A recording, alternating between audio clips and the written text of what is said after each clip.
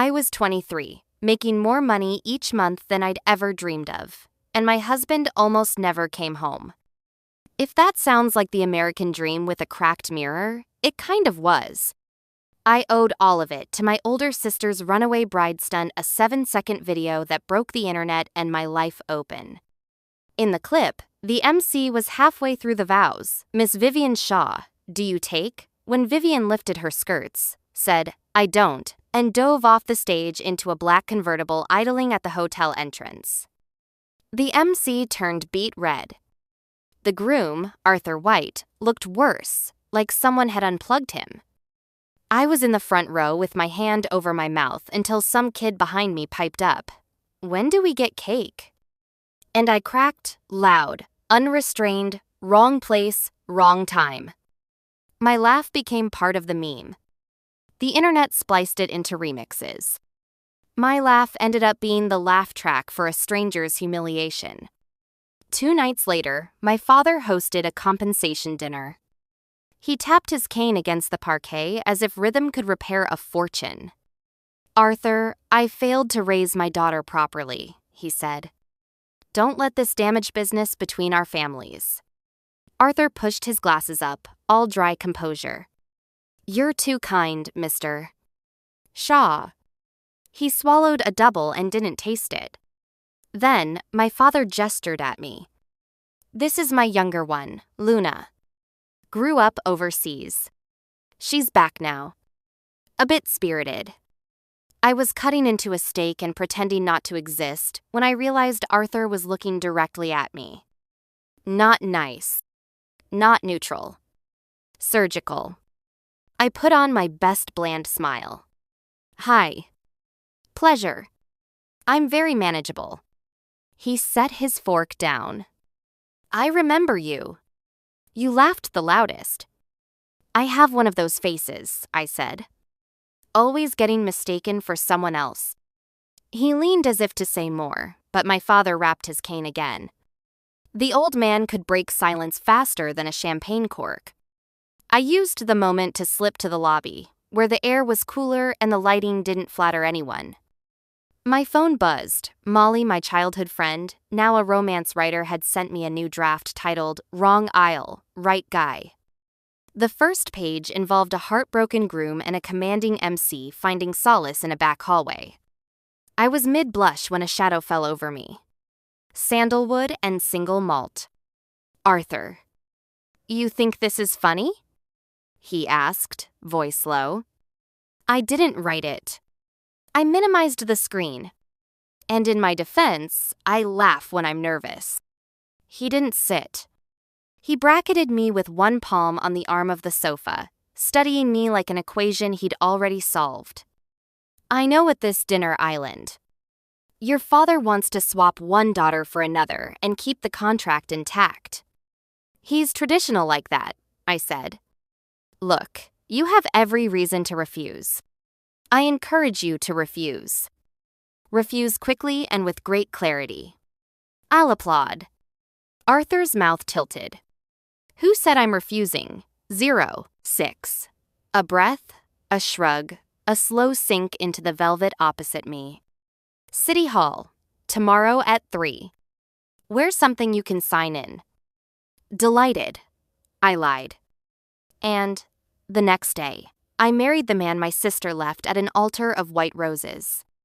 The prenup hit my phone a minute later from a contact labeled simply Arthur. It wasn't a trap, it was a surrender on terms that read like a high-end fantasy. He wouldn't ask me where I was. I shouldn't ask him where he was. He had a house by the ocean, it would be mine to live in. He would deposit $450 on the first of each month for living expenses, like we were negotiating a lease on my adulthood. He wouldn't come home much, and this was implicit we'd both look the other way. The bank alert chimed before we made it to the parking lot.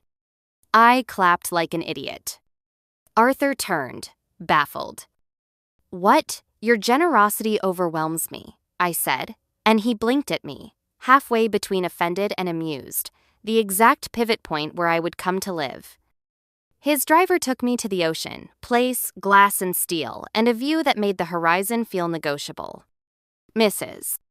Warren, the housekeeper, greeted me with a careful smile and the kind of cardigan that meant business. "Welcome home, Mrs. White," she said. It wasn't my name yet in my mouth, but it hung on the walls as if it had always been there. I'd barely sunk into the bed when I was yanked upright. A woman I recognized from the wedding, perfect hair, perfect spine, stood at the foot of the bed like an omen. "I'm Eleanor White," she said. "Arthur's mother." Statement, not invitation. "Mrs. White," I said, scrambling into a robe. "Lovely to standards matter in this family," she said, looking directly at my cartoon bear pajama pants. "So do names. You will call me ma'am or Mrs. White. You will stop wearing that.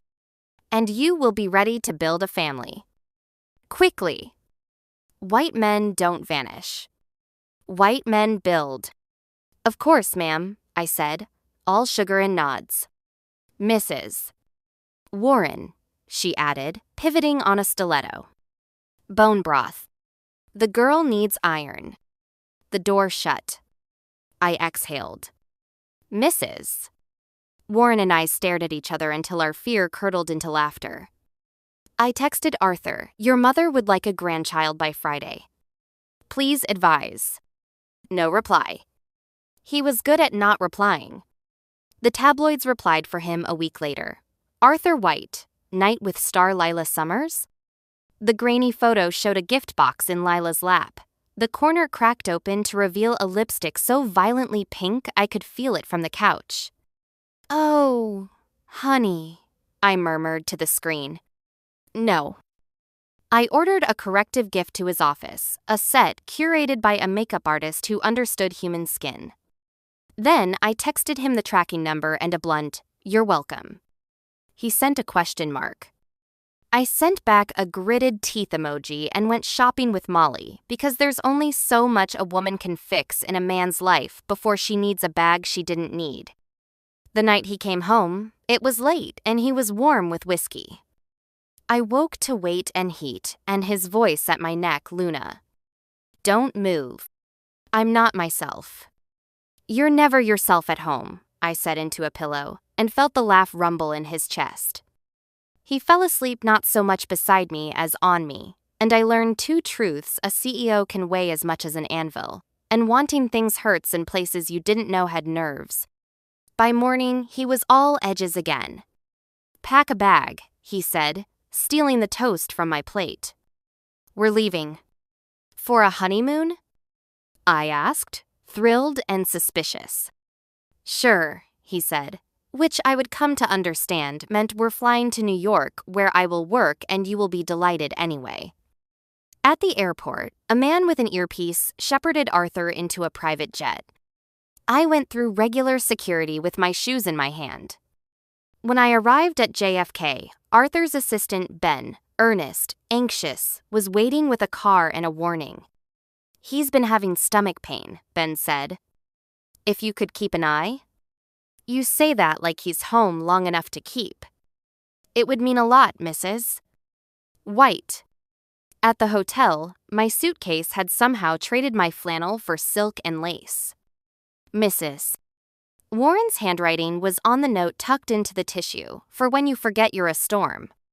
I did what cowards do, I put on the dress. It fit like a dare. When Arthur walked in mid-combustion, he stopped in the doorway as if the fire alarm had gone off. "So," he said, clearing his throat, eyes everywhere but my skin. "That's effective. This?" I glanced down, feigning innocence. "This is casual." "Right," he said, ears going pink. I cooked him congee in a borrowed kitchen like a sick day on purpose, and he mocked it until he finished the bowl. We didn't touch that night. He pulled back at the last second like a man from a cliff's edge and stared at the ceiling as if it could testify for him. I fell asleep smiling into the pillow because he had, without a script, said my name the way a person says home. The next afternoon, I stole him before his calendar could. We ran through Manhattan in our hotel robes under zip-up hoodies because I didn't let him change, and I took his fear and made it stupid a highway on-ramp for his pulse. I drove like I used to when I was 18 and broken alive. And Arthur held the doorstrap and screamed a little, and I loved him for bleeding at the edges. I made him buy gray sweats and a hoodie in a corner shop. He called us hooligans and paid cash. I told him he looked like a human being. We drank flat sodas and rode a sunset coaster on Coney Island, where he clutched me with both arms as if the ground had betrayed him. "You can let go," I whispered when we rolled back into the station. We survived. "I hate you," he said, shaking, soft eyes honest. "I hate you so much." "Same," I said, and threaded my fingers through his because we both knew hate was too small a word for the heat in it. He redeemed our dietary choices by booking a restaurant so elegant it made me sit up taller. They put me in a purple Armani gown like a weapon and him back into the only uniform he trusted. Candlelight turned his face gentle. "How long in New York?" he asked after the second glass. 13 years, I said. 10 as someone's secret and 3 as someone no one knew. His mouth tightened. "Explain." "Robert Shaw is my father," I said. "I'm not the daughter he introduced me as. I'm the daughter he paid to disappear. He sent me here at 10 to be a companion for my sister. When I turned 18, the checks stopped. I learned to live on tips and grit. It's not tragic. It's arithmetic." "I don't care," he said, like a verdict. "Luna, I don't care." "I know." And I believed him because nothing in his eyes looked like pity. It looked like fury, and sometimes fury is the only way a decent man knows how to love in public. The internet cared, though. Someone dug up a grainy photo of me bussing tables and spun a story about the Shaw bastard who snared a white. Eleanor summoned Arthur to the family house while I was still brushing my teeth the next morning. He told me to stay put. I followed anyway because obedience was never my sport. In the upstairs hall, outside his father's study, I listened to a voice I knew too well say, "You can end this quickly. The company will survive a short scandal. It will not survive years of it." "Not happening," Arthur said. "We don't sever people because your friends whisper. You're thinking with your pulse. Think with your portfolio." I slid back down the stairs, shaking. He found me 15 minutes later scrolling the articles I shouldn't have opened. He plucked the phone from my hand and pulled my hoodie up to shadow my face. "Come on," he said, and walked me out past a portrait gallery of men who didn't blink. "At home, Mrs." Warren put a plate in my hands like it could anchor me. Arthur pressed a sleek black card into my palm. "I'll be buried for a while," he said. "Eat when you're hungry. Sleep when you can. Don't set the house on fire without me. Promise nothing." He kissed my hair like it was the only part of me he could afford and vanished into the noise. I did what you do when the earthquake stops and the aftershocks start. I went feral with Molly for 15 days. Bags, bars, too much neon. When I stumbled back in one night, Arthur was on the couch in the dark. His glasses flashed like a warning. "Enjoy yourself?" he asked. "I brought you a present," I lied instantly, because Mrs. Warren, saint that she is, had hissed from the doorway. Present. "Now. Outside. Please." I ran into the yard and grabbed the first thing with a pulse, a stray kitten with outraged eyes. "Surprise," I said, dumping the tiny life into his hands. He looked at me. He looked at the cat.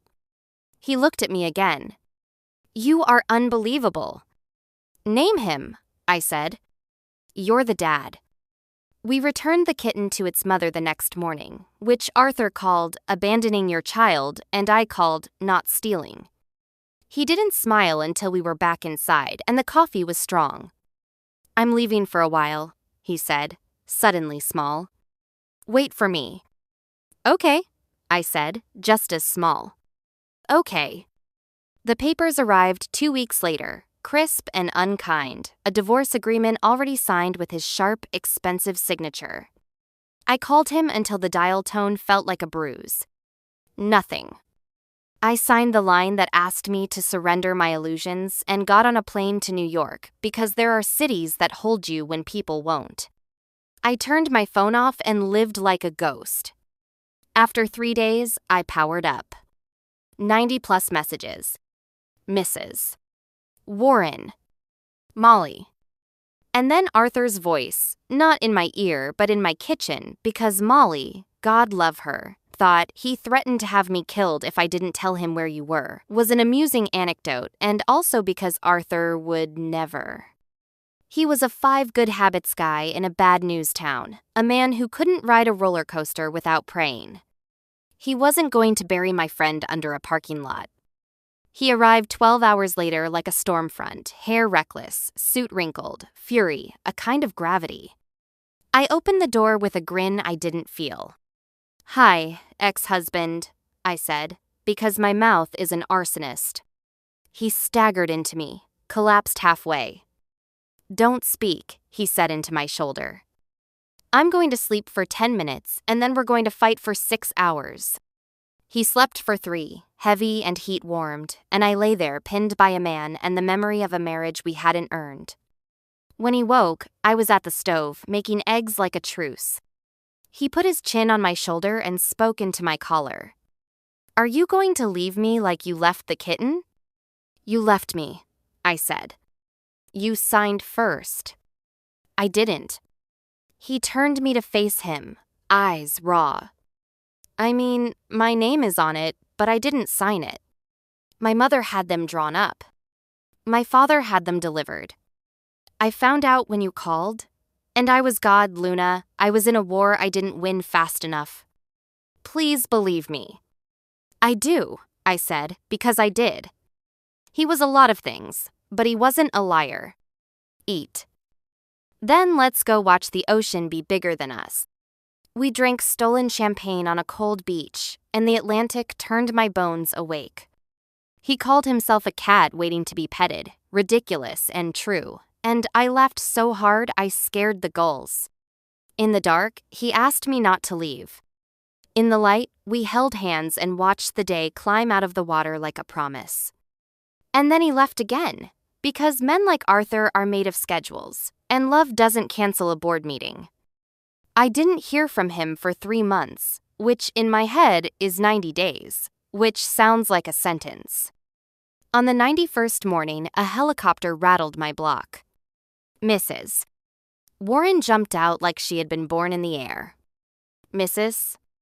White," she yelled, as if we weren't the loudest thing in Brooklyn. "Time to go home." "Are you kidding me?" I said, and she was not. We flew to an airport where a press pen waited like a mouth. Arthur stood behind it in a suit, and the kind of expression that made me want to run toward him and away in the same motion. He stepped forward as if the crowd belonged to him. "Luna," he said, and the microphones loved it. I bit him on the shoulder while the cameras flashed, and he laughed like it hurt. "My bride is shy," he announced, carrying me like I was his favorite mistake. "She'll get pretty. Then you can shoot her." In the dressing room, he was unbearable.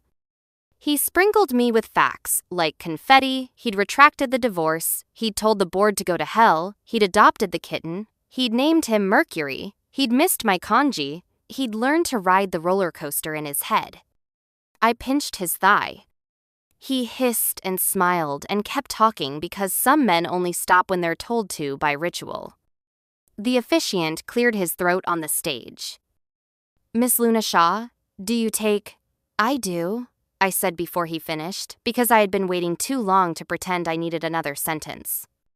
Arthur blinked, and then the eyes that had once been so serious filled and spilled, and I wiped his tears with the back of my wrist and tasted salt that didn't sting. He picked me up like an idiot, spun us both, nearly tripped, recovered, kissed me like a man who understood math but preferred miracles. Headlines popped onto screens I didn't see. Arthur White weds runaway's sister. Some fairy tales are ferocious. That night, back at the ocean house, the horizon tucked itself under the window like a blanket. Mrs. Warren cried in the kitchen and fed us cake. Ben texted a photo of Mercury asleep in the crook of a sofa, one ear bent, utterly safe. Eleanor sent hydrangeas and a card that said nothing and everything. Welcome, Mrs. White. Try not to break him. Arthur took off his tie like an apology. I don't have a grand gesture left, he said. I have endurance. I don't want a grand gesture, I said. I want a person who comes home. He looked at the doorway like it might lock behind him and then looked back at me. Then I'll come home, he said, as if he were signing something. I'll learn how. We lay down. He snagged my hand and held it like he had all night at Coney Island, fear and joy braided together. You know, he murmured, cheeks flushed with exhaustion and the humor he hid from everyone but me. When you first laughed at me at Vivian's wedding, I swore I would never forgive you. I know, I said. You weren't wrong. But I do forgive you, he said. For all of it. For making me ride the coaster. For stealing a cat. For saying ex-husband at your own front door. For ordering lipstick on my behalf. That last one saved you, I said. Especially that one, he said. Barbie pink is a hate crime. I laughed into his throat until I couldn't, until the night poured over us and the house held, and the ocean made a low sound like a long yes. In the morning, he would be late for some meeting that used to mean more than it did. In a year, we'd still be making fun of each other in kitchens and cars. Some months he would sleep at the office. Some months he would make congee for me badly at 3 a.m. We would be a terrible fit, until we weren't. I was 23. I made a fortune for living like a question. My husband almost never came home, until he did. My sister ran from a chapel. I ran into the weather. Call it luck. Call it stubbornness. Call it American. Call it a story where the woman says, I do, before anyone gives her permission, and somehow, against the grain and the gossip and the old money, that ends up being the right kind of beginning.